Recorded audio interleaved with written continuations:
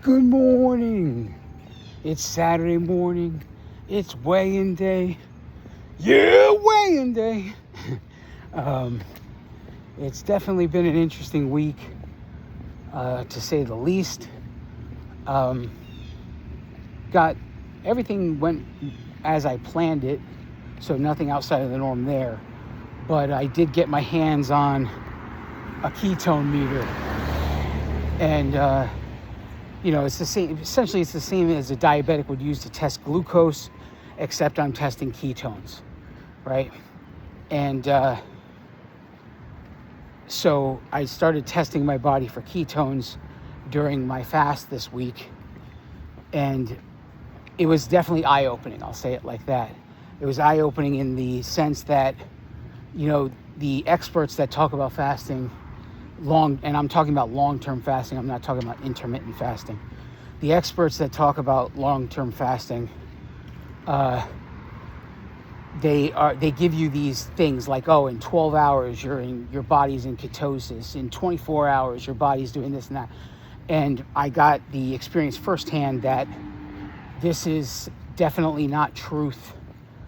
It can't be. It has to be taken with a grain of salt, because really, it's more about what your body does and how your body reacts to what you eat. And it was definitely eye-opening, to say the least. And it makes me think of like all of the people that I ever knew that did keto, and how they would regularly blow it and think like the next day they were back to ketosis. And really, no, that's not the case, because my first test was definitely 36 hours in to my fast this week, and I was still not in ketosis yet, right? So it will definitely be interesting going forward, and I plan on throwing different variables in to see how my body reacts in the case. And I'm going to probably present it all on the podcast. I'll get very lecture-y for one episode and show you what my body did for one fast versus another.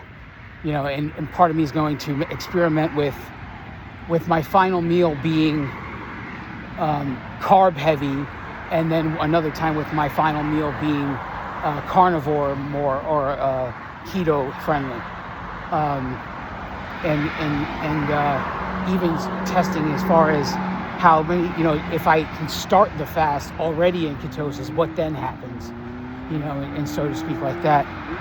But definitely it was interesting to me to see the data on my cell phone. And then at first it was frustrating, I'm not going to lie, because when you're hearing experts say 12 hours into the fast, you're in ketosis, and I was 36 hours in, and the meter clearly said you are not in ketosis. So to me, that was like crazy to think that. But it's all a learning experience, right? They can't throw around terms like everybody's body's different without it actually meaning something, right? So maybe, we're all invested in this. This is like something you tell the people of the world that you're doing, right? This is part of your identity. It's who you are. So why not go crazy enough to figure out who you really are? I mean, this is what I'm saying. If we have tools that give us an internal idea of who we are, it takes away all the delusions. And maybe that's why people don't do it. Maybe because they rather think, okay, she said 12 hours, I'm in ketosis. They'd rather think that than find out what I did, that essentially I wasn't in ketosis until I hit the 40-hour mark. So it's definitely an experience, and that's all you can do. You chalk it up to experience. It might be frustrating to realize when you get these revelations in your life, but it doesn't mean they shouldn't happen. It doesn't mean you shouldn't know. And avoiding them certainly doesn't make it any different. It just makes it so you don't know. And that's just idiotic to want to be living a life like this and not know more, to me, that doesn't make sense. It doesn't compute. The two don't fit together. And I think that when you're willing, I spent essentially $100, and it came with strips for this meter. And I'm testing both glucose and ketones to give me something called the GKI. And essentially, the GKI makes it easier to dictate if I'm in autophagy or not. The whole reason for fasting was to achieve autophagy. And I was assuming it before. Now I know when I'm in it. That's the difference. Based on that GKI number, the lower that number, the deeper into autophagy I am. And it is amazing to know that, you can use autophagy to cure so many things.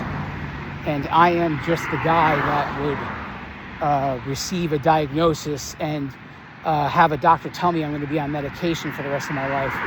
And for me to say, no, I don't think so, and I'll do it my way. Thank you. Thank you for your time.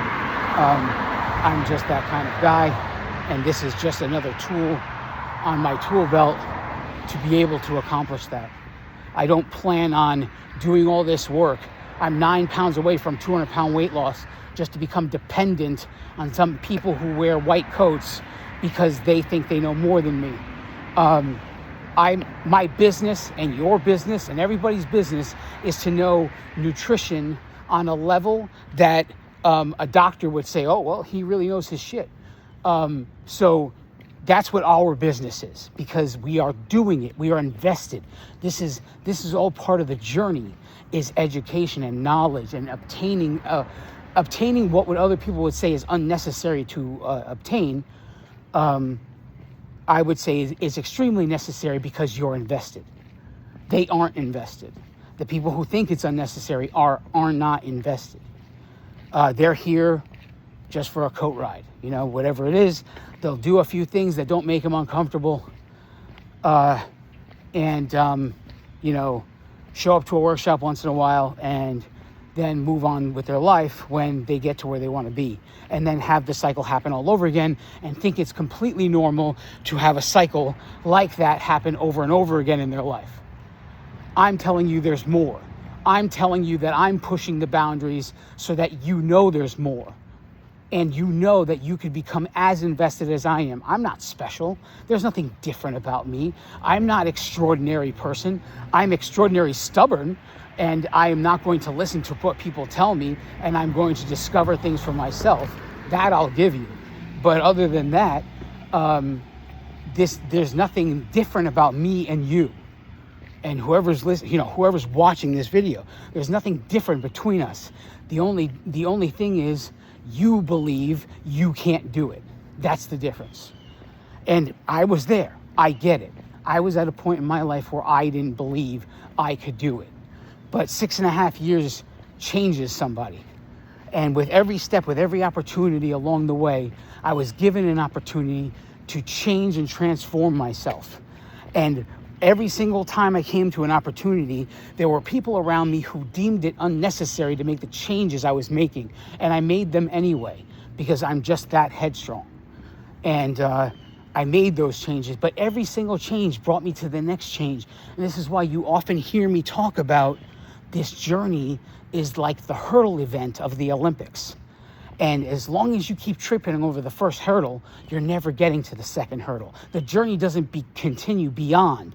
You start at the starting line every single time you get to the hurdle, you fall on your face. And you go back to the starting line at the same point.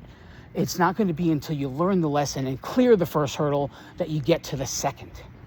That's what this is about. It's becoming the greatest version of yourself by any means necessary. It's always been about that. It's never been about a scale number, because scale numbers are not indicative of health. It is Saturday. Whatever you're doing today, enjoy yourself. I love each and every one of you. God bless you all.